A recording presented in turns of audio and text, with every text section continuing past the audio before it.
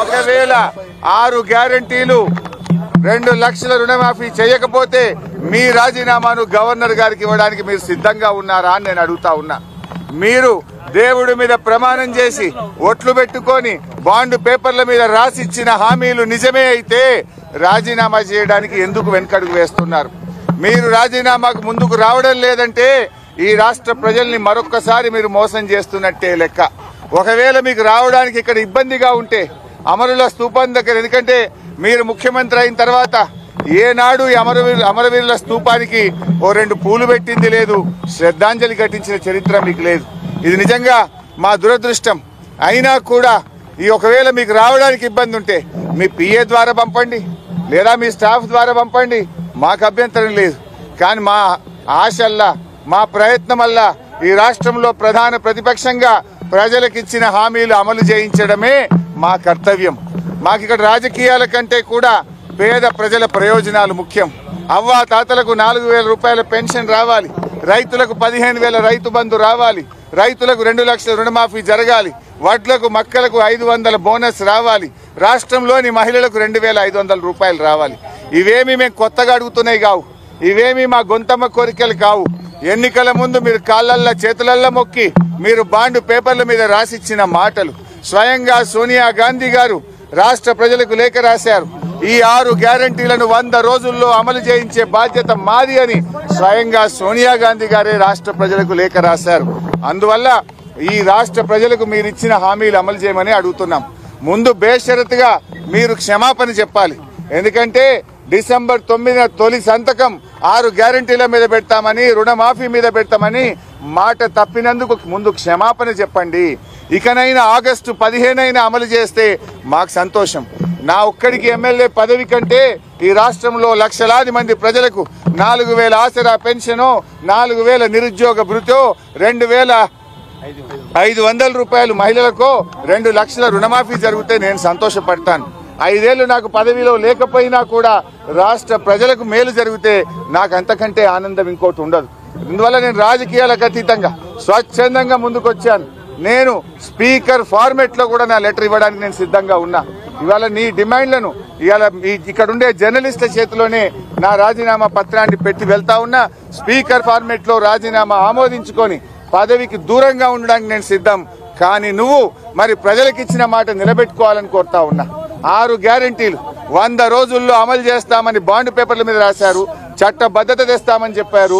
మొదటి రోజే సంతకం పెడతామన్నారు. ఇది సోనియా గాంధీ తల్లిగా ఇచ్చే మాట అని చెప్పి రాష్ట్ర ప్రజలకు మీరు హామీ ఇచ్చారు. ఆ హామీలు అమలు చేయాలని మరొక్కసారి నేను కోరుతా ఉన్నా. మీరు రావడం రాకపోవడం మీ విజ్ఞత. ఒకవేళ మీరు రాకపోతే ఇక్కడ అమరవీరుల స్తూపం దగ్గరికి వస్తే పూలు పెట్టాలని మీకేదైనా బేసిజాలుంటే కనీసం మీ స్టాఫ్ ద్వారానైనా మీ రిజిగ్నేషన్ లెటర్ పెట్టండి. నేను ఇక్కడ ఉండే జర్నలిస్టులకే నా రాజీనామా లేఖ ఇచ్చిపోతున్నా. మా జర్నలిస్టులే తెలంగాణ ఉద్యమకారులు. తెలంగాణ ఉద్యమంలో మా జర్నలిస్టులు మేధావులు అద్భుతంగా పోరాడారు. వాళ్ళ చేతిలోనే నా రాజీనామా లెటర్ పెడుతున్నా. 100 రోజుల్లో పనిచేసిన ప్రభుత్వమే పడిపోవాలనంట. 10 ఏళ్ళు పనులకి ఇచ్చిన వీళ్ళేమో 3వసారి మళ్ళీ కుర్చీలో కూర్చోవాలనంట. చెప్పండి, ఈ 10 ఏళ్ళలో మీరు చేసింది ఏంది? 100 రోజుల్లో మనం చేసింది ఏంది? నిన్నమన్నా నేను మా నాన్న దూలం లెక్క పెరిగితే కాదు, దూడకున్న బుద్ధాన్ని ఉండాలని హరీష్ రావు మొన్న అన్నాడు. నేను 15 ఆగస్టు లోపల 2 లక్షల రూపాయల రైతు రుణమాఫీ చేస్తాను నేనంటే, రేవంత్ రెడ్డి నువ్వు 15 ఆగస్టు లోపల చేయకపోతే నువ్వు రాజీనామా చేయాలా, నువ్వు చేస్తే నేను ఎమ్మెల్యే పదవికి రాజీనామా చేసి మళ్ళీ సిద్దిపేటలో పోటీ చేయని అన్నాడు. నేను ఆ సవాల్ను స్వీకరించి, మంచిది హరీష్ రావు గారు, నీ సిట్టి జేబులో పెట్టుకో రాజీనామాది. 15 ఆగస్టు తర్వాత సిద్దిపేటకు నీ శని వదులుతుంది. చింతమాడికలో పోయి చింతచెట్టు కింద వండుకో అని చెప్పిన. ఇవాళ ఏమంటుండే అమరవీరుల స్తూపం దగ్గరకు పోయి దాన్ని కూడా ఆయనకి ఎప్పుడు మోసం చేయాలనిపిస్తే ఆ మోసానికి ముసుగు అమరవీరుల స్తూపం. దాన్ని వెనకాల దాచుకొని అబద్ధాలు చెప్తాడు. ఇన్ని రోజులు ఎప్పుడైనా అమరవీరుల స్తూపం కాడిపోయిందా? ఇవాళ పోయి చెప్తున్నాడు ఈ రైతు రుణమాఫీ కాదు ఇంకేంటివేంటివో కండిషన్లు చెప్పి ఇవన్నీ చేసి ఇంత పెద్ద లేఖ రాసుకొచ్చింది. రాజీనామా లేఖ అట్లా ఉండదు. నాకు ఎవరో చూపించారు మొత్తం సీసపత్యం రాసిండు అందులో వాళ్ళ మామ చెప్పిందంతా. రాజీనామా లేఖ ప్రిస్క్రైబ్డ్ ఫార్మెట్లో స్పీకర్ గారు ఒక ఫార్మెట్ ఇస్తాడు. దాంట్లో ఒక్క పదము పొల్లు పోయినా ఆ కాగితమే చెల్లదు. మళ్ళీ ఈయన సీసపద్యం అంతా రాసుకోవచ్చు. సీసపద్యం రాజీనామా పత్రం చెల్తుందా? పెద్ద తెలివి అనుకుంటుండే ఆయన. తాటి సెట్టు లెక్క పెరిగితే కాదు నాయన, మోకాళ్ళలో కాదు అరికాళ్ళకు పోయినట్టు నీ తెలివితేటలు హరీష్ రావు. ఇప్పుడు కూడా నేను చెప్తున్నా హరీష్ రావు, నీ సవాల్ను స్పష్టంగా మేము స్వీకరిస్తున్నాం. 15 ఆగస్టు లోపల 2 లక్షల రూపాయల రుణమాఫీ చేస్తా, నీ రాజీనామా రెడీగా పెట్టుకో. రైతులకు రుణమాఫీ చేయకపోతే మాకెందుకయ్యా అధికారం? ఈ రైతులకు రుణమాఫీ చేయకపోతే ఆ రైతులు ఎవరు? మా వాళ్ళే కదా, మా కుటుంబాలే కదా, మా పరివారమే కదా.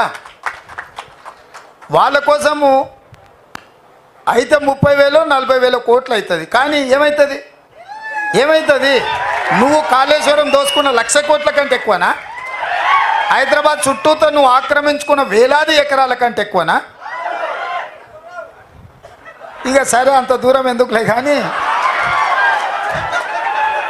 మీ దోపిడీ మీలాగా దోపిడీ చేయకుండా ఒక్క సంవత్సరం నేను కడుపు కట్టుకుంటున్నానంటే ఆ 40,000 కోట్ల రూపాయలు బ్యాంకులకు ఎడవసేత్తో చెల్లిస్తాను నేను.